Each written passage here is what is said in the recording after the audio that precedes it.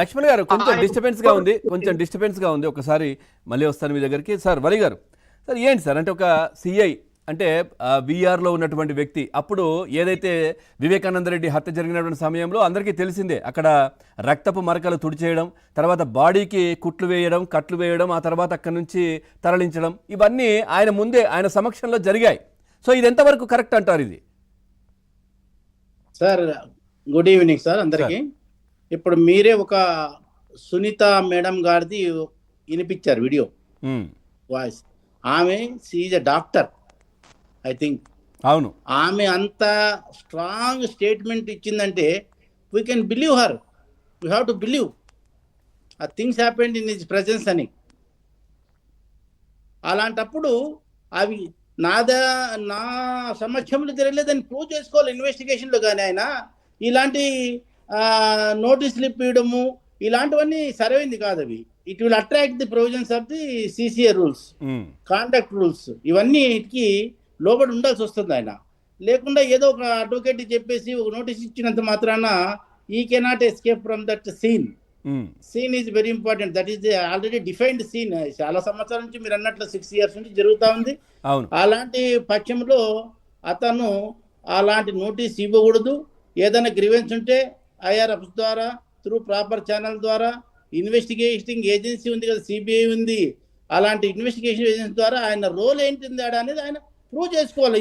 అదొకటి సార్ 2019లో అప్పుడు TDP government ఉన్నప్పుడు ఈ విధంగా ఎంక్వైరీ లోపభూయిష్టంగా జరిగింది, క్లియర్ గా లేదు అనే ఉద్దేశంతో ఆయన ప్రజెంట్ అక్కడ ఉన్నారు కాబట్టి ఆ అధికారి పైన ఖచ్చితంగా చర్యలు ఉంటాయి. ఈ నేపథ్యంలో ఆయన పక్కన పెట్టారు, సస్పెండ్ చేశారు.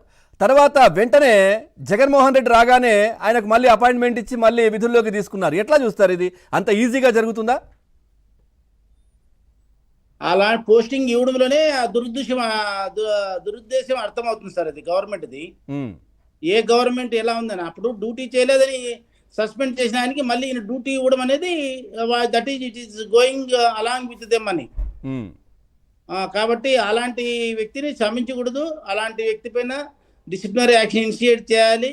ఆయన ఉన్న ఇది ఆయన్ని కూడా పార్టీ చేసేయాలి దీంట్లో ఇన్వెస్టిగేషన్లో. సిబిఐ చేస్తే ఆయనకి తెలుస్తుంది ఏంటి ఇట్లా నోటీసులు ఇవ్వచ్చునా, అనవసరంగా నేను గోక్కున్నానా, లేకపోతే నాకు ఎవరో చెప్పి చేయించినారా, చెప్పిన వాళ్ళకి ఎంతమందికి ఇది ఉంటారు, నిలబడతారు. ఇవన్నీ కూడా ఆయన జనరల్గా పోలీస్ ఆఫీసర్స్ ఇలాంటి పనులు చేస్తారు. ఎవరైనా చెప్పి చేయించుంటారని నా ఉద్దేశం. ఖచ్చితంగా మీకున్న అనుమానం ఏంటి సార్? నిజంగా చెప్పండి, క్లియర్ గా చెప్పండి. అనుమానం ఏంటి? ఎవరు ఈ విధంగా చేయించుంటారు సార్? అన్న 40 సంవత్సరాలు కాదు, రాష్ట్ర చరిత్రలోనే అలాంటి ఇన్సిడెంట్ జరగలేదు. అలాంటి కొత్త ఇన్సిడెంట్ నాంది పలుకుతా ఉన్నారు సార్. Right, okay sir. మన టీడీపీ పార్టీ నుంచి సప్తగిరి ప్రసాద్ గారు ఉన్నారు. ప్రసాద్ గారు, ఏంటి రకరకాల చేష్టలు ఇవన్నీ కనబడతా ఉన్నాయి క్లియర్గా. అప్పుడు ఆ క్రైమ్ జరిగినటువంటి సమయంలో ఆ తర్వాత జరిగిన పరిణామాలు మొత్తం రాష్ట్రం, తెలుగు రాష్ట్రం అంతా చెప్పాలంటే ఇంకా ఇతర రాష్ట్రాల్లో ఉన్నటువంటి చాలా మందికి తెలుగు వాళ్ళకు కూడా తెలిసిందే ఏం జరిగింది, ఎట్లా సాక్ష్యాలను తారుమారు చేశారు, ఏ విధంగా తుడి చేశారు, కుట్లు ఏ విధంగా వేశారు, కట్లు ఏ విధంగా వేశారు.